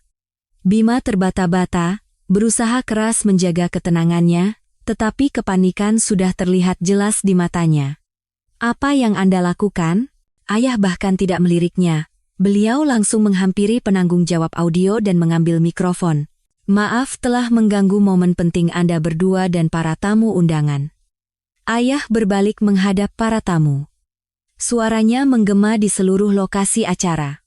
Sebelum putri saya secara resmi menandatangani perjanjian yang menentukan ini, saya, sebagai seorang ayah, juga memiliki hadiah istimewa yang telah saya siapkan dengan tulus untuk merayakan kebahagiaan pasangan muda ini. Mungkin setelah menonton video ini, kita semua akan lebih memahami betapa dalamnya cinta yang telah dicurahkan oleh calon menantu dan istri tercinta saya untuk keluarga ini. Kata-kata ayah penuh dengan sindiran dan kiasan, dan para tamu mulai berbisik. Video kenangan apa di saat seperti ini? Kenapa nada bicara Pak Wijoyo begitu aneh? Wajah Bima dan Rania memucat. Insting seorang penjahat memperingatkan mereka bahwa sesuatu yang buruk akan terjadi. Rania bergegas berdiri dan hendak naik ke panggung. Pak, kalau ada apa-apa, nanti saja. Hari ini kan hari bahagia anak-anak, duduk. Ayah berbalik dan menatap Rania dengan tatapan setajam kilat. Nikmati pertunjukanmu perlahan. Suara ayah yang berwibawa membuat Rania ketakutan dan terduduk kembali di kursinya. Seluruh tubuhnya gemetar. Ayah memberi isyarat pada tim teknis. Mulai. Lokasi acara menjadi sunyi senyap. Semua orang penasaran apa yang akan ditunjukkan oleh Pak Wijoyo. Dan video pun dimulai. Di layar LED raksasa, muncul rekaman CCTV dari lorong lantai 2 rumah kami semalam. Dan dua pemeran utamanya, Bima Aditya dan Rania Kirana, muncul. Mereka tidak berkata apa-apa, hanya saling bertukar pandang penuh makna, lalu menyelinap masuk bersama ke dalam kamar tidur ayah. Jantung saya berdebar kencang. Pemandangan mengerikan yang saya saksikan dari celah pintu kini akan diputar ulang di hadapan ratusan orang. Sudut kamera tiba-tiba berpindah ke dalam kamar tidur. Sebuah kamera lain yang tersembunyi dengan cerdik di lampu gantung merekam segalanya. Kualitas gambarnya sangat jernih. Para tamu mulai berbisik kaget melihat calon menantu dan ibu tiri pengantin masuk bersama ke dalam kamar tidur. Dan akhirnya, hal yang paling mengerikan terjadi. Di layar, Bima dan Rania, tanpa sepatah kata pun, saling menerkam seperti dua binatang buas yang kelaparan. Mereka saling menjelajahi dengan liar, tangan Bima dengan rakus merobek pakaian Rania, sementara Rania mengerang cabul sambil membuka kemeja Bima. Pakaian mereka berserakan di lantai, dan mereka jatuh ke atas ranjang ayah, ranjang pernikahan ayah dan Rania. Layar LED raksasa beresolusi tinggi itu, tanpa sensor sedikit pun, menampilkan semua tindakan mesum dan menjijikkan mereka dengan sangat jelas. Desahan, bisikan kotor di telinga masing-masing, semuanya terekam jelas melalui mikrofon tersembunyi. Ah, Bima, lebih cepat. Aku sudah rindu setengah mati. Rania, kau benar-benar wanita penggoda. Pantas saja aku tidak bisa lepas darimu. Pelan-pelan. Kita punya waktu seharian. Orang tua itu baru pulang larut malam. Bagaimana kalau si Amelia tiba-tiba pulang? Tenang saja. Si bodoh itu sudah kukirim dinas keluar kota. Dia nurut sekali padaku. Besok setelah pernikahan dan dia tanda tangan perjanjian, semua di rumah ini jadi milik kita. Setelah itu kita ceraikan dia dan pergi jauh dari sini. Percakapan mereka membelah ruangan lebih tajam dari pisau. Lokasi acara meledak. Bukan lagi bisikan. Teriakan dan umpatan jijik terdengar di mana-mana. Orang-orang tidak percaya dengan apa yang mereka lihat. Citra pengantin pria yang kompeten dan ibu tiri yang bijaksana hancur total, digantikan oleh dua manusia dalam hubungan terlarang yang merencanakan konspirasi keji. Rania sudah jatuh tersungkur di lantai. Dia menutupi wajahnya dan meraung histeris, tapi tidak ada yang membantunya berdiri. Bima Aditya. Dia berdiri di samping saya, membeku seperti mayat dengan wajah pucat pasi. Dia menatap layar dengan tatapan kosong, lalu menoleh ke arah saya. Di matanya, terpancar ketakutan yang luar biasa. Setelah kejutan pertama, lokasi acara masih diselimuti keheningan yang mematikan. Orang-orang masih belum bisa pulih dari syok atas apa yang baru saja mereka saksikan. Bima, setelah beberapa detik terpaku, sepertinya berhasil mengumpulkan kembali akal sehatnya sebagai seorang penipu profesional. Dia tahu, jika dia hancur sekarang, dia akan kehilangan segalanya. Tiba-tiba, dia berlutut di kaki saya, memegang ujung gaun pengantin saya dan meraung putus asa. Amelia, aku salah, aku sudah gila, wanita itu yang menggodaku. Aku hanya hilaf sesaat. Aku terpesona olehnya. Tolong, percaya padaku. Satu-satunya orang yang kucintai di dunia ini adalah kamu. Tolong maafkan aku. Semuanya, tolong beri saya satu kesempatan lagi. Dia menangis terseduh-seduh, menampilkan sebuah drama pertobatan, dan mencoba melimpahkan semua kesalahan pada komplotan sekaligus kekasihnya, Rania Kirana. Mendengar itu, Rania berubah dari kondisi histeris menjadi murka. Dia mengangkat wajahnya yang berlinang air mata dan berantakan, lalu menunjuk ke arah Bima. Bima Santoso, apa katamu tadi? Aku yang menggodamu, bukankah kau yang bersumpah akan meninggalkan si bodoh itu dan hidup bersamaku setelah berhasil menguasai harta keluarga ini? Dasar pengecut. Para tamu tidak bisa mengalihkan pandangan dari drama murahan dua pengkhianat itu. Mereka berdecak dan berbisik. Orang-orang mungkin berpikir drama ini akan berakhir sebagai masalah cinta segitiga biasa, tapi ayah tidak akan membiarkannya. Ayah tidak akan memberi mereka kesempatan untuk menjadikan kasus ini sebagai perselingkuhan biasa. Cukup, geram ayah dengan suara rendah. Suara ayah menghentikan pertengkaran mereka. Dosa kalian tidak berhenti pada perzinahan dan pengkhianatan. Pertunjukan yang sebenarnya baru akan dimulai. Ayah berbalik dan memberi isyarat. Dari belakang panggung, dua pria berjas hitam berjalan dengan ekspresi serius. Satu adalah Direktur Keuangan Suryo Group, Pak Nanda, yang telah mengabdi pada ayah selama lebih dari 20 tahun. Yang satu lagi adalah Kepala Tim Hukum Group, Pak Budi. Kemunculan dua tokoh kunci ini membuat suasana semakin tegang. Para wartawan dengan insting tajam segera menyadari bahwa ini bukan sekadar skandal keluarga, melainkan skandal ekonomi yang luar biasa.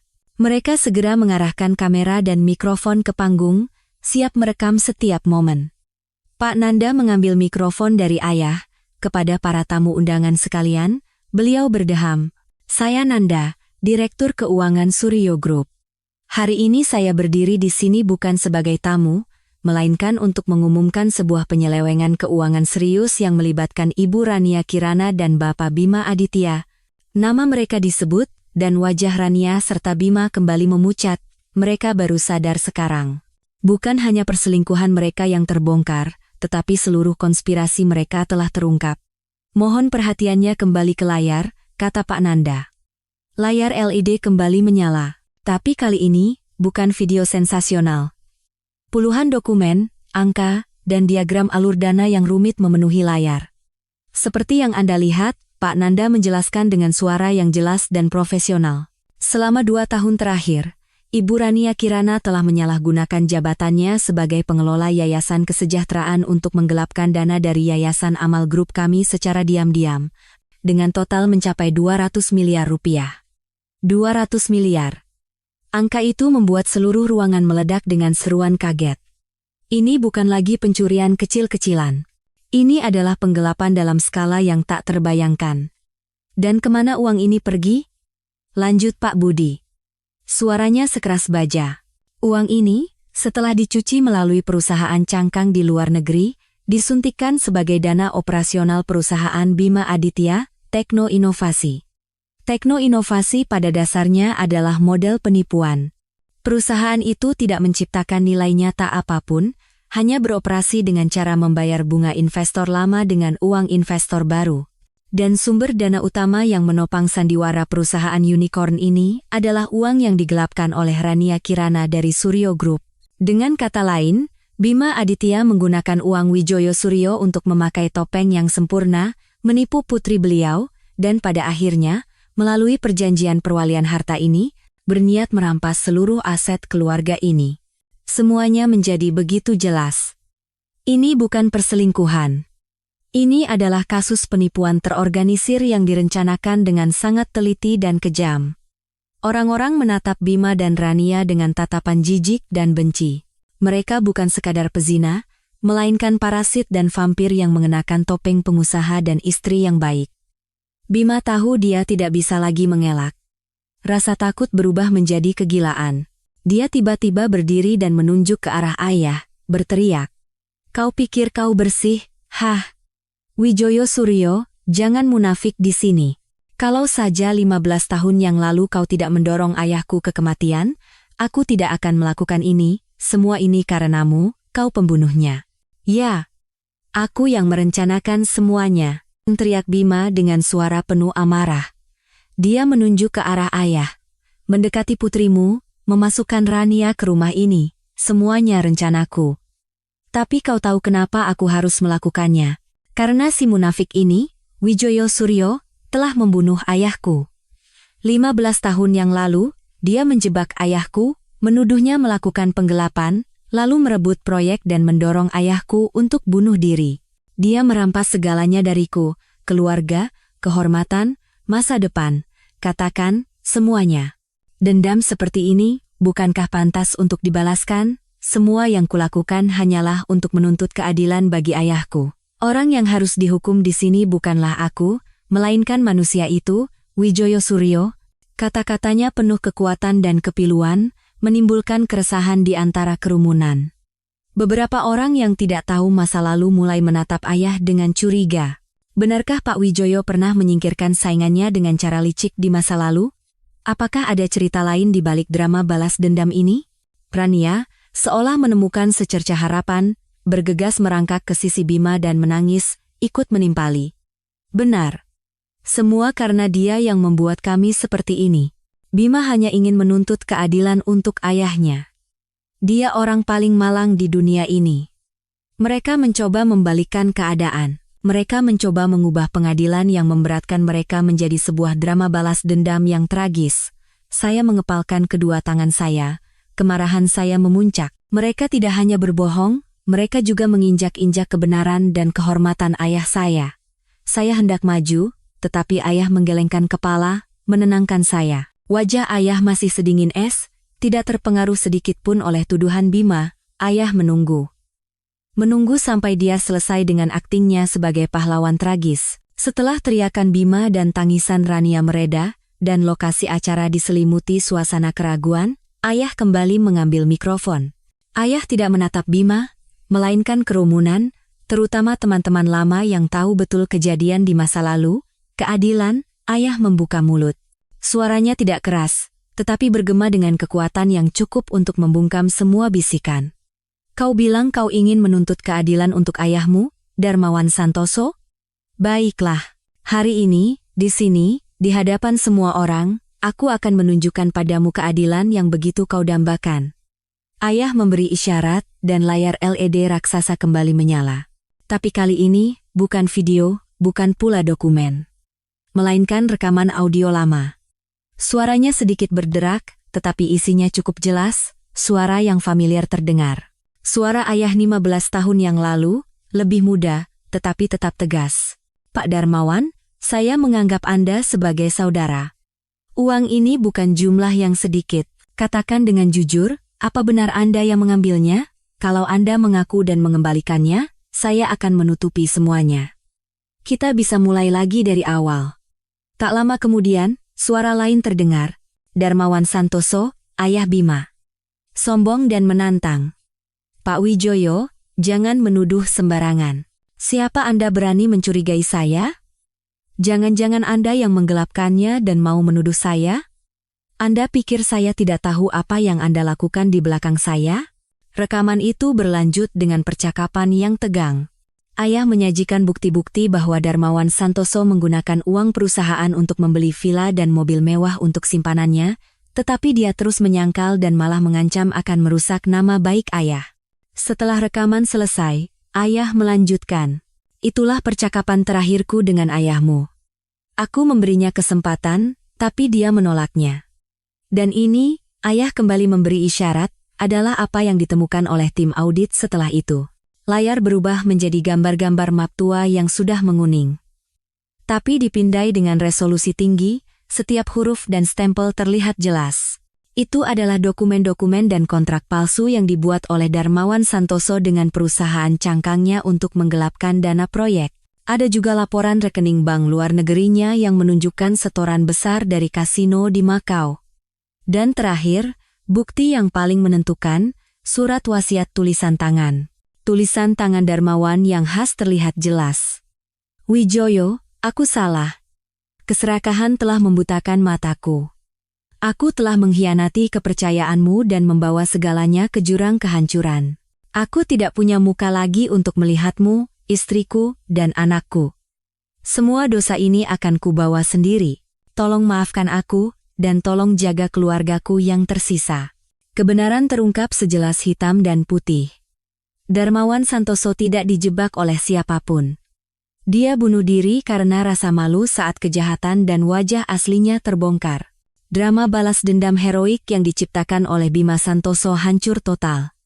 Dia bukan anak berbakti yang mencari keadilan, melainkan hanya anak seorang penjahat. Bima membeku, menatap surat wasiat di layar. Dia bergumam. Tidak. Tidak mungkin. Ini palsu.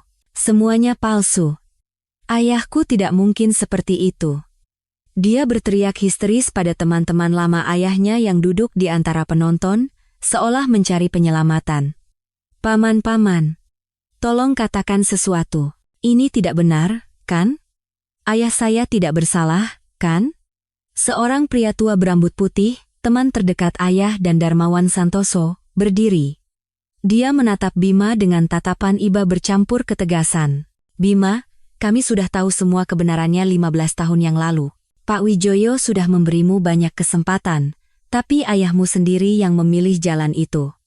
Seharusnya kau hidup untuk menebus kesalahan ayahmu, bukan malah terjerumus ke dalam dosa yang lebih dalam. Kau telah mencoreng wajah ayahmu sekali lagi. Kata-kata orang tua itu adalah pukulan terakhir yang benar-benar menghancurkan semangat Bima. Dia jatuh tersungkur di atas panggung, dan tawa histeris keluar dari tenggorokannya. Dia tertawa sambil menangis. Menertawakan kebodohannya, menertawakan kebencian buta yang telah menghancurkan seluruh hidupnya.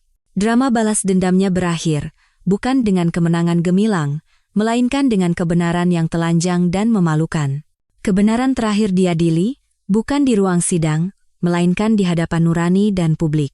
Tawa histeris Bima Santoso masih bergema di ruangan. Suara yang menyedihkan dan putus asa, menandakan kehancuran total seorang manusia.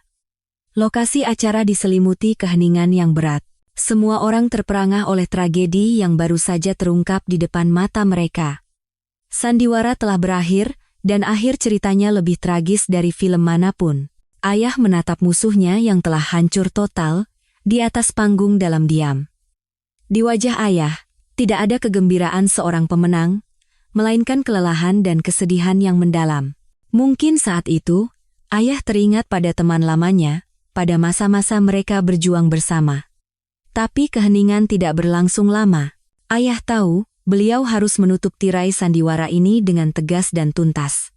Ayah mengambil napas dalam-dalam, mengambil mikrofon, dan mengeluarkan suara terakhirnya, suara seorang hakim.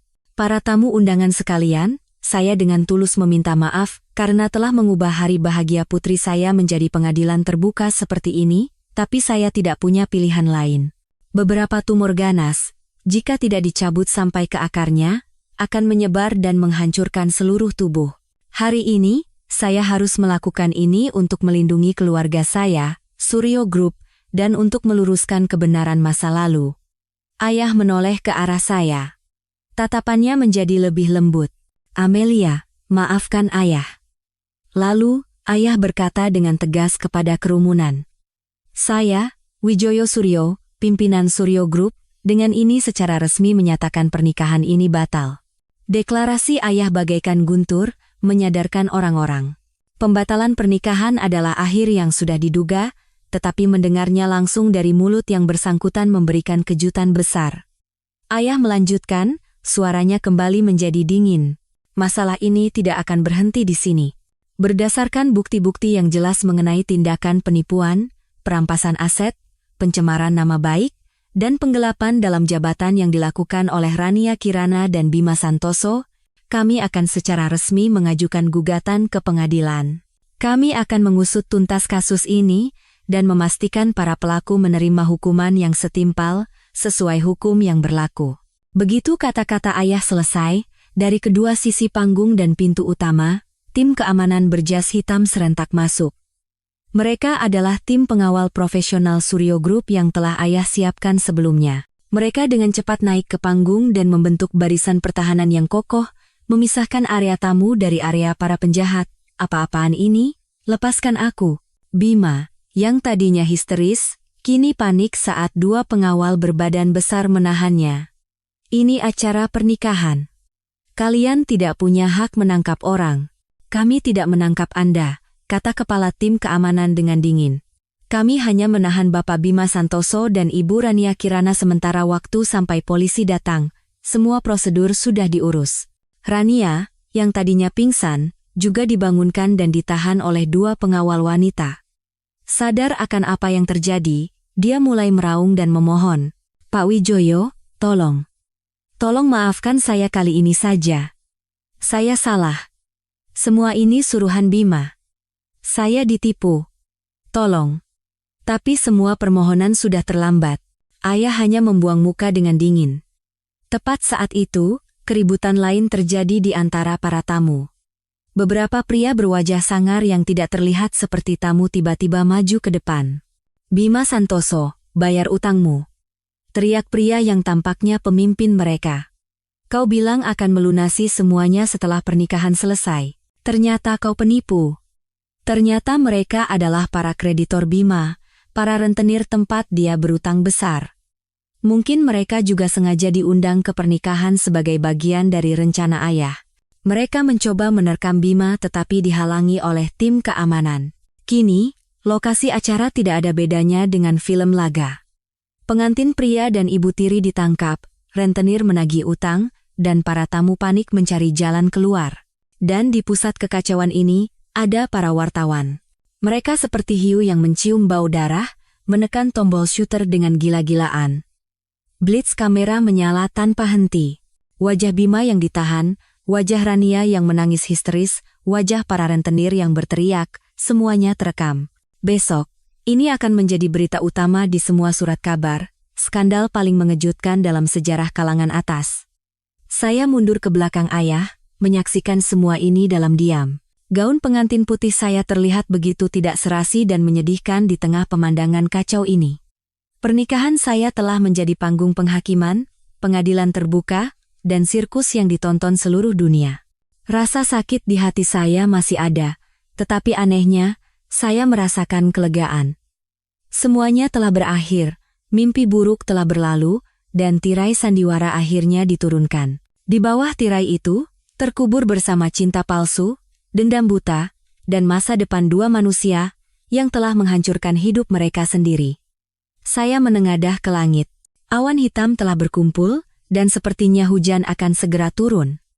Seolah-olah ingin membersihkan semua kekotoran hari ini. Hujan sore itu turun dengan deras dan lebat, seolah langit pun ingin membersihkan semua kebusukan dan kebohongan yang baru saja terungkap. Pernikahan tragis saya berakhir dalam kekacauan total, meninggalkan luka yang tak terhapuskan dalam sejarah kalangan atas. Tak lama setelah tim keamanan grup menahan Bima dan Rania, polisi tiba di lokasi. Mereka digiring dengan penampilan paling menyedihkan. Pengantin pria masih mengenakan tuxedo putih yang kini kotor oleh lumpur, dan ibu tiri dengan riasan yang luntur oleh air mata dan hujan, serta rambut yang acak-acakan. Mereka menghilang di tengah teriakan tagihan utang dari para rentenir, kilatan blitz media yang tak henti-hentinya, serta tatapan hina dan kasihan dari ratusan orang. Sandiwara telah berakhir, dan kedua aktor utamanya harus membayar harga yang sangat mahal untuk penampilan mereka. Hari-hari setelahnya adalah rangkaian proses yang melelahkan namun perlu. Investigasi berjalan cepat dan tuntas. Dengan bukti-bukti tak terbantahkan yang telah dikumpulkan ayah dan kesaksian para saksi yang hadir di pernikahan, Bima dan Rania tidak bisa lagi menyangkal kejahatan mereka. Awalnya, mereka mencoba saling menyalahkan. Rania menangis terseduh-seduh, mengaku hanya dimanfaatkan dan dimanipulasi secara emosional oleh Bima, sementara Bima mengklaim bahwa Rania adalah dalang utama yang memanfaatkan dendamnya untuk merampas aset. Tapi di hadapan puluhan rekaman, video, dan bukti alur dana yang jelas, semua pembelaan mereka menjadi konyol. 6 bulan kemudian, kasus ini disidangkan. Persidangan itu menjadi sorotan panas publik. Saya dan ayah hadir di pengadilan sebagai korban sekaligus saksi kunci.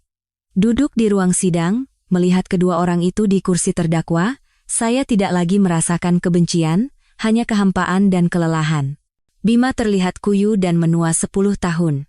Rambutnya yang dulu rapi kini mulai memutih, dan tatapan licik penuh percaya dirinya telah digantikan oleh keputusasaan. Rania kurus kering, kecantikannya yang dulu gemilang telah sirna, digantikan oleh penampilan yang kusam. Mereka tidak berani menatap lurus ke arah saya dan ayah. Mereka hanya menunduk saat surat dakwaan yang menguraikan semua kejahatan dan konspirasi keji mereka dibacakan. Atas tuduhan penipuan terorganisir dan penggelapan berdasarkan Undang-Undang Tindak Pidana Ekonomi, pengadilan menjatuhkan vonis yang sangat berat. Bima Santoso, sebagai dalang utama, dijatuhi hukuman penjara seumur hidup. Rania Kirana, sebagai kaki tangan aktif, divonis 20 tahun penjara. Semua aset yang mereka peroleh secara ilegal disita untuk pemulihan kerugian. Tekno Inovasi, perusahaan cangkang itu, dinyatakan bangkrut, dan para kreditornya harus menelan kerugian. Harga dari keserakahan dan kebencian buta adalah mengubur seluruh hidup mereka di balik jeruji besi.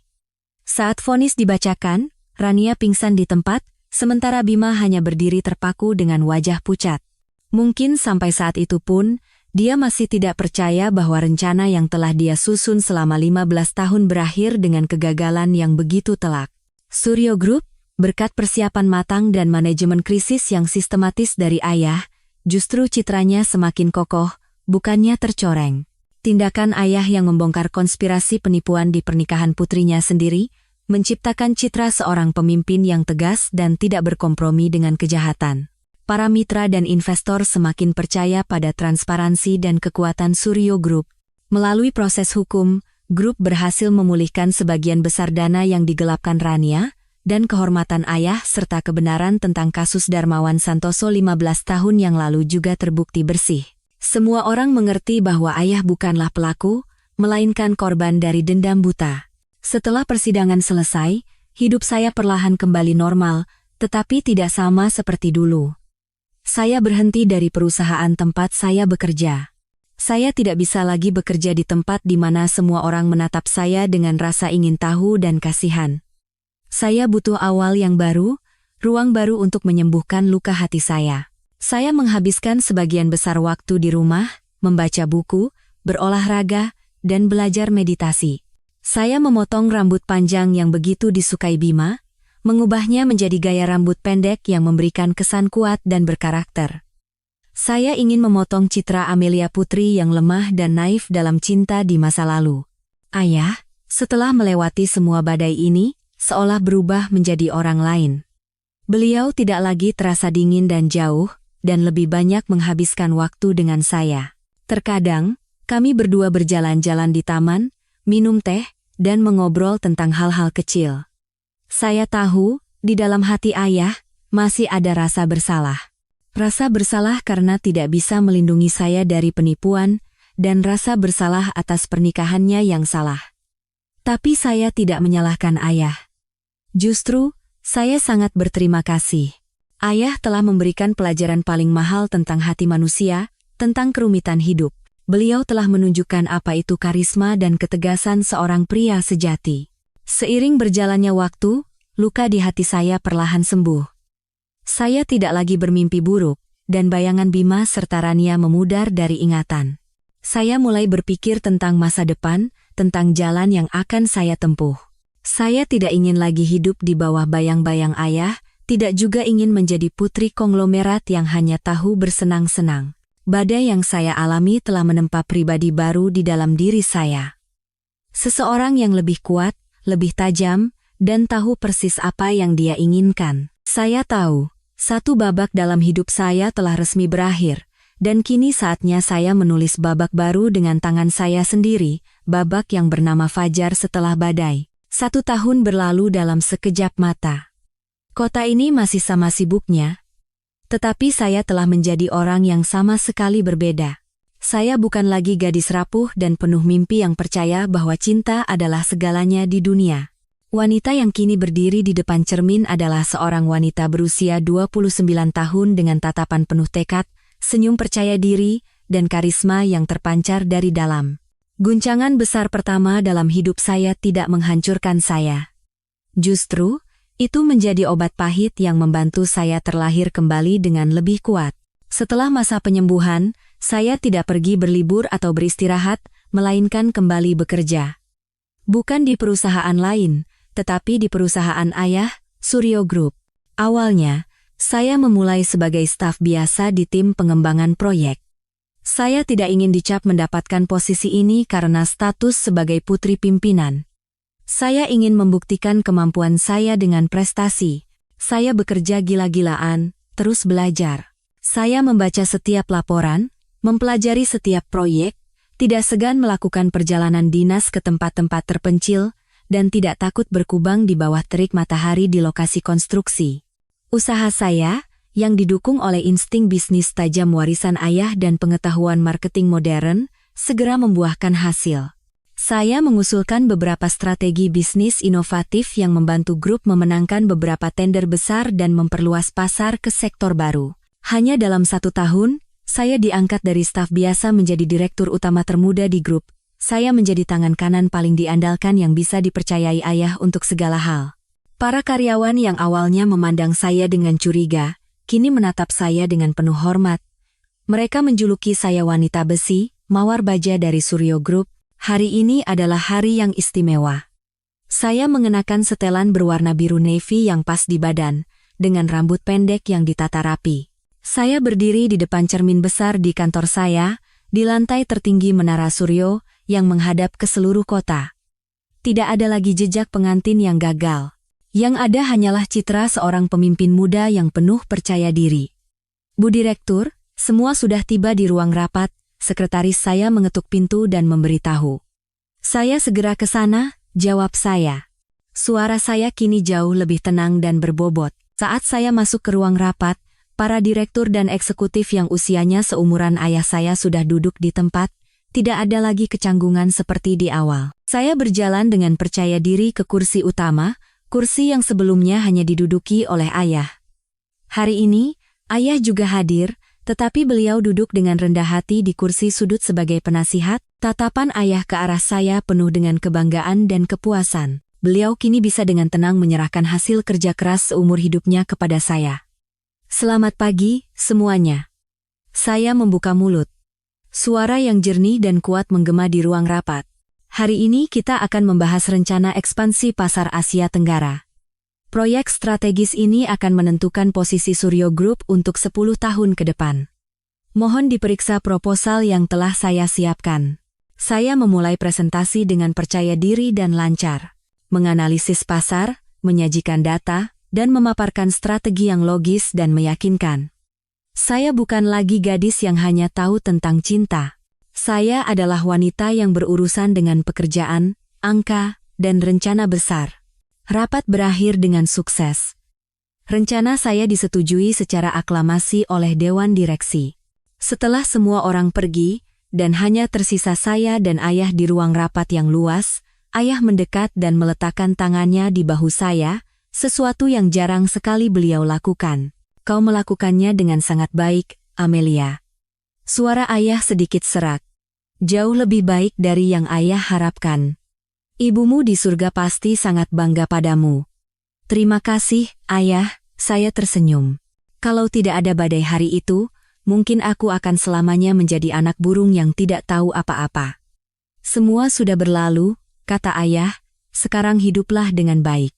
Bukan hanya untuk dirimu sendiri, tapi juga untuk masa depan seluruh grup ini. Tapi kemudian, ayah berhenti sejenak. Jangan sampai karena pekerjaan, kau melupakan kebahagiaanmu sendiri. Ayah berharap suatu saat nanti, akan datang orang yang benar-benar pantas mencintai dan menjagamu. Saya menatap keluar jendela, di mana lampu-lampu kota berkelip seperti galaksi. Aku tahu, ayah, tapi sekarang, kebahagiaanku tidak lagi bergantung pada pria manapun. Kebahagiaanku adalah menjadi tuan atas hidupku sendiri, melakukan pekerjaan yang kusukai, dan melihat Suryo Group tumbuh setiap hari. Cinta, jika memang jodoh, akan datang dengan sendirinya. Kalaupun tidak, aku akan tetap hidup dengan sangat baik. Saya telah melewati badai, saya pernah jatuh, dan saya pernah merasakan sakit yang luar biasa. Tapi saya tidak hancur. Saya bangkit kembali, lebih kuat dan lebih kokoh, di atas puing-puing masa lalu saya, dan saya menemukan fajar dalam hidup saya sendiri. Saya sadar, nilai seorang wanita tidak terletak pada ada atau tidaknya seorang pria di sisinya, melainkan pada kemandirian, kemampuannya menjadi subjek, dan keberaniannya untuk mencintai diri sendiri.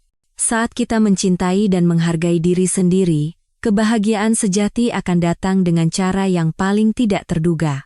Di luar sana, langit masih luas, dan saya tahu, masa depan paling cemerlang dalam hidup saya baru saja dimulai.